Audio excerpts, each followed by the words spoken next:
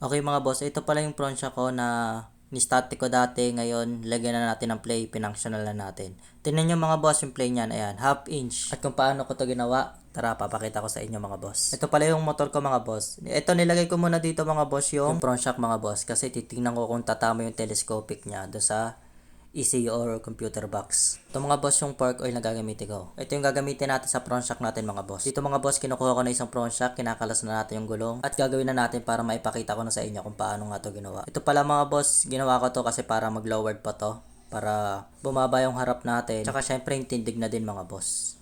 At lumipat na tayo dito mga boss. Dito nga pala mga boss, tinanggal ko na dito yung takip. Yan, makikita nyo naman dyan mga boss. Ito, tinanggal ko na din yung spring, yung telescopic. Tignan nyo mga boss, ayan na lang yung play niya. Dito pala mga boss, papakita ko sa inyo kung paano nyo makuha yung play. Ay mga boss, diinan nyo lang at sukatin nyo sa daliri nyo. Kung ano yung sukat niya dyan mga boss, ayun yung pinaka-play niya kahit lagyan mo siya ng oil. Ito mga boss, ayan. Papakita ko naman sa inyo dito yung assembly sa loob mga boss. Ay, ito pala yung assembly na to. Ito yung play mga boss. Dito mga boss, makikita nyo yung bushing lang nilagay ko. Yung iba is spring nilalagay, iba naman bushing. Depende yun mga boss. Basta walang lagotok, okay na yun. Ito mga boss, lalagyan natin ng oil. Ito yung oil na gagamitin natin mga boss, pork oil. Ito pala mga boss, lalagyan na natin ng oil. Paglagay nito mga boss, is punuin nyo lang. Syempre dahan-dahan. Itong oil na to pala mga boss, ito yung tigas at lambot. Depende sa gusto mong ilagay or punuin or tatansya mo. Sa iba kasing napapanood ko is pinupuno na lang nila para syempre matigas yung play. Hindi siya abot dun sa, hindi siya uuntog kumbaga mga boss. Ito mga boss, papakita ko sa inyo yan. Di ba puno na?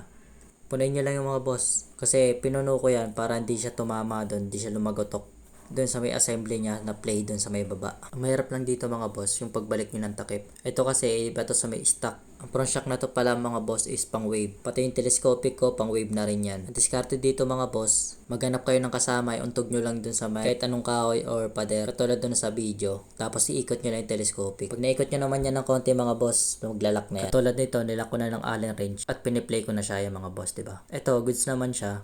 Ganun na rin play niya. Iba talaga pag nalagyan na ng oil, ang ganda na talaga ng play. Tsaka ito, pinakita ko lang to sa inyo mga boss. Pinidyo ko, kinontent ko kasi nga, para magka-idea din yung iba, syempre, diba? Tsaka nag-search ako, wala masyado nagko-content ng ganito. Syempre, madami din naghahanap tulad ko. Kaya ginawan ko na ng video mga boss. Kaya katulad ng sinukat natin, ayan, half inch lang. Bakit half inch lang? Kasi mga boss, para sakto lang doon sa tipos natin. Para malaward natin at bumaba siya. At tsaka syempre may play, diba? Functional pa din yung kakalabasan niya. At dito na tayo mga boss. Ayan, nalagay ko na mga boss. Tindig check na lang tayo. Ito pala mga boss sa mga interesado lang. Sa mga street bike, ganyan mga boss. Dito is nagpalit tayo ng hub and mile. Kasi dun sa may isang front shock, ay di kasya isang hub and mile dun. Buti na lang may reserva tayo mga boss. Tsaka tip ko lang pala sa inyo, mas maliit ang telescopic ng stock ng click kaysa sa telescopic ng Honda Wave. Pamontage natin to mga boss. Hintayin nyo yung decals ko. Ride safe!